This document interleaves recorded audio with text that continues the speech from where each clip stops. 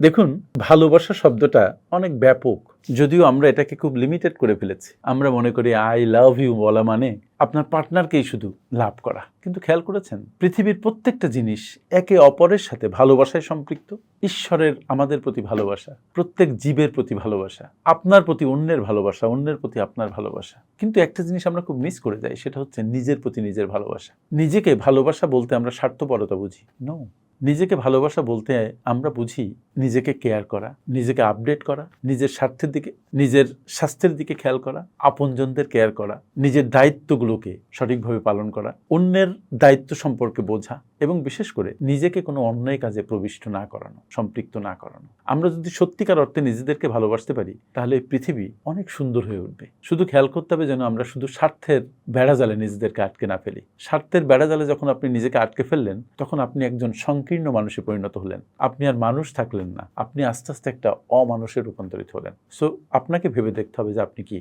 নিজেকে ভালোবেসে নিজেকে অমানুষে রূপান্তরিত করবেন, নাকি সমাজে বৃহত্তর কল্যাণে নিজেকে ছড়িয়ে দিবেন। চলুন নিজেকে অন্যের প্রয়োজনে, অন্যের কাজে সম্পৃক্ত করি, নিজেকে বিলিয়ে দেই, তার মধ্যেই পরম আনন্দ। Thank you.